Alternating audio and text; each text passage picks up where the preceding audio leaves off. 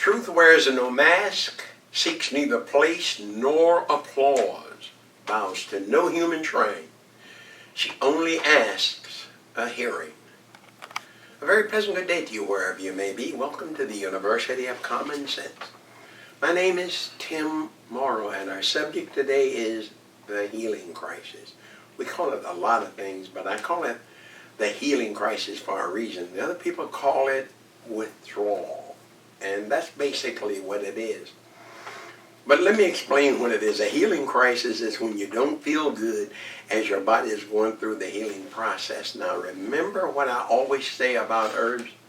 All that herb does is brings the strength of the earth to the organ. And now the organ can do its own job. That means that the intelligence of the organ is in the plant that God left for us. It's that basic and it's that simple. But the healing crisis comes when you've given the body enough strength to heal itself. I always like to refer back to my wife when she decided what she was going to do for herself. She decided she was going to start eating right. She was going to exercise and all that. And then all of a sudden, she began to feel not so good. And she's thinking to herself, I'm doing all these things and I should be feeling better. But when she started giving the body the strength that it needs, now remember, she was eating the herbs that you put on your dinner table. Why? Because that's the best herb in the world. Our food is meant to be our medicine, and our medicine our food. When she started using living food, it started bringing this waste out of her. Of course, then she thought she was sick, because Americans are taught to believe that anything that happens with the body that you don't understand is you're getting sick. We're really getting well. But that's when we run to the doctor. And she ran to the doctor, and her nightmare was underway. She had every kind of drug that they could give her. And in the end, when nothing, this is after a few years, in the end they told her, now we found out what your problem is. You're crazy. No, she said, it's all in your mind. But she had gone through all these physical things knowing better. And that's what a healing crisis is. A healing crisis is the body now has enough strength to heal itself, to act like it's supposed to. And that's what it's supposed to do. The body it does all kinds of things to us. They're all good. First of all, you need to understand that your body is your humble servant. It's always working to make you well. It has never done anything against you in your whole life. We've done a lot against it, but it's never done anything against that. So if you begin to realize that, you begin to realize that you're the only person on earth that can heal you. We can go to every guy in the world to let him heal us. All healing comes from within, and that's what the herb is about. The herb is to bring that strength to the organ so that the organ can do its own job. We were made in the image and likeness of God. Our body shares the intelligence of the great intelligence. And all it wants to do is make us well and keep us well all the time. In healing, the body heals, and this is called Hering's Law of Cure.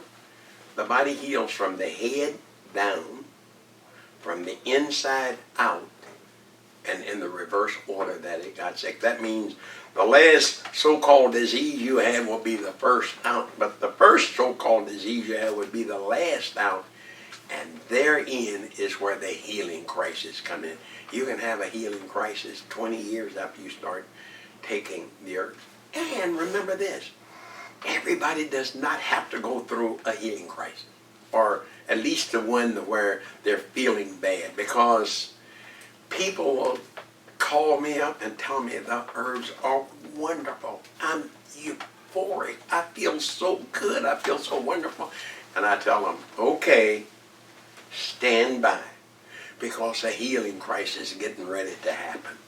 So when you don't feel so good, because the body has built up enough to start getting rid of this waste, when the body starts not feeling so good, if you understand, you don't have to run to somebody else to make you well, because you're the only person on earth that can make you well.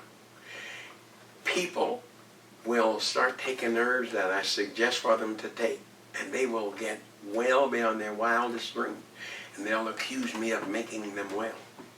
They only acted on my information, but the thing that made them well came from within.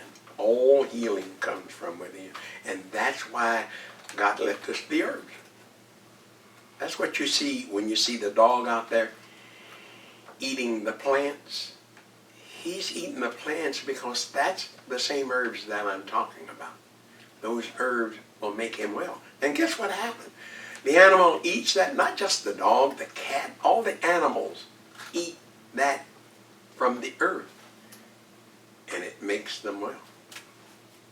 And the simplicity of it is the same thing. But remember, we're doing this to ourselves by the food that we eat. When the food makes us sick, we take a drug which makes us sicker.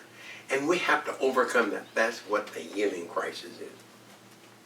As the body is naturally cleansed using herbal supplement, fasting or semi-fasting or eating healthy bodybuilding foods, that's what will create a healing crisis.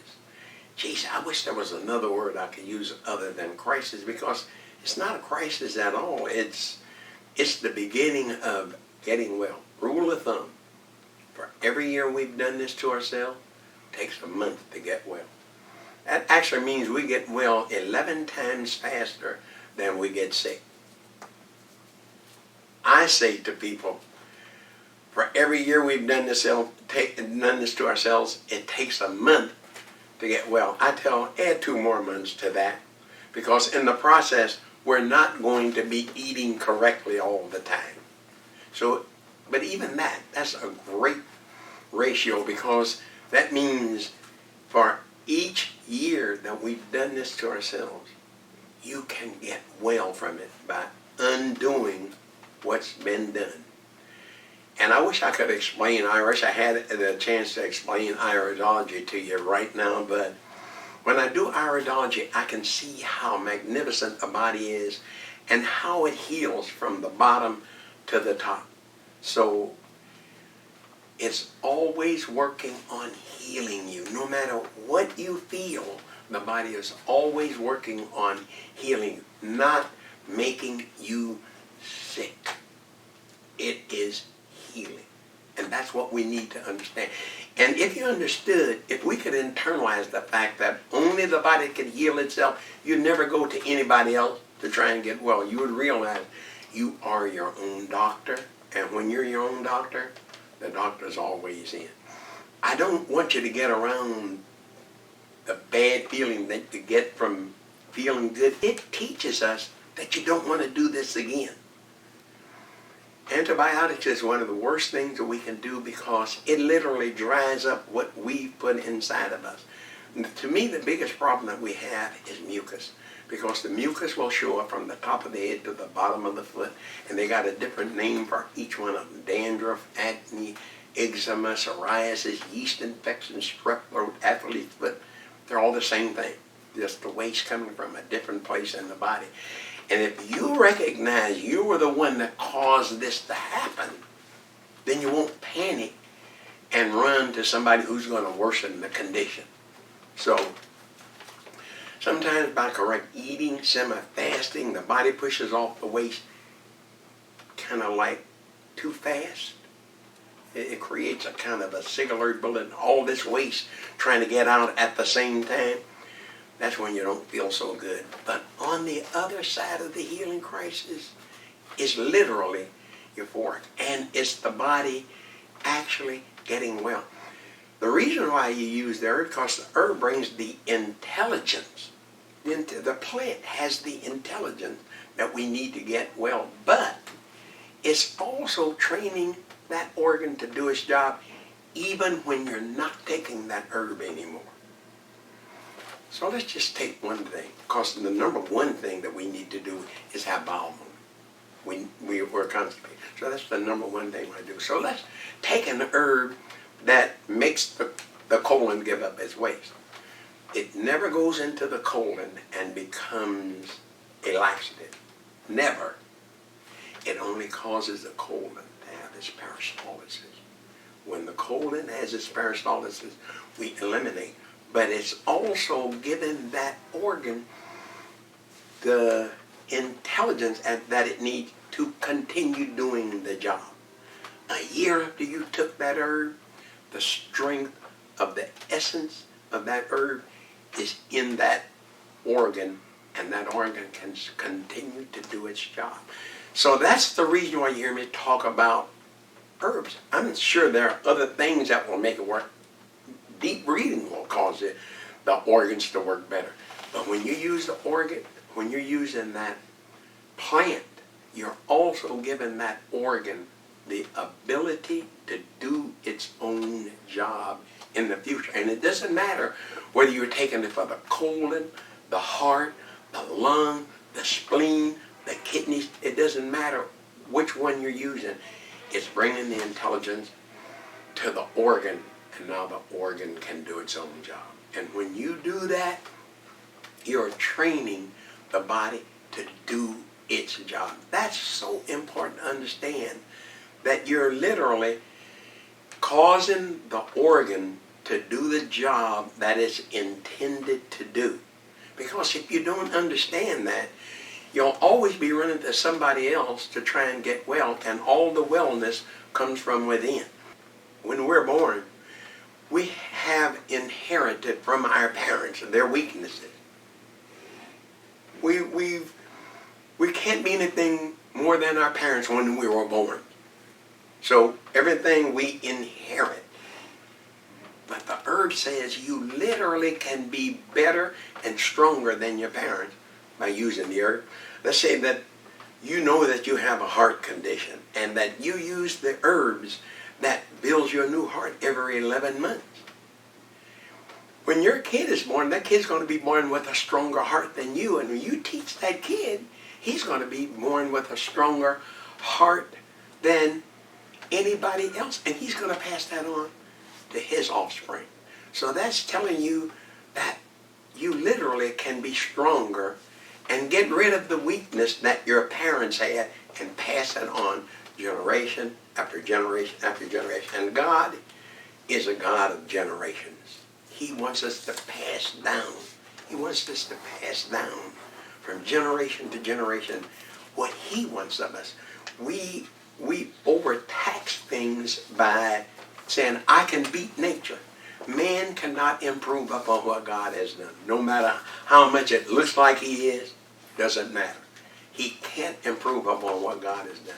If you recognize that and realize that, you will never have to worry about somebody else making you well.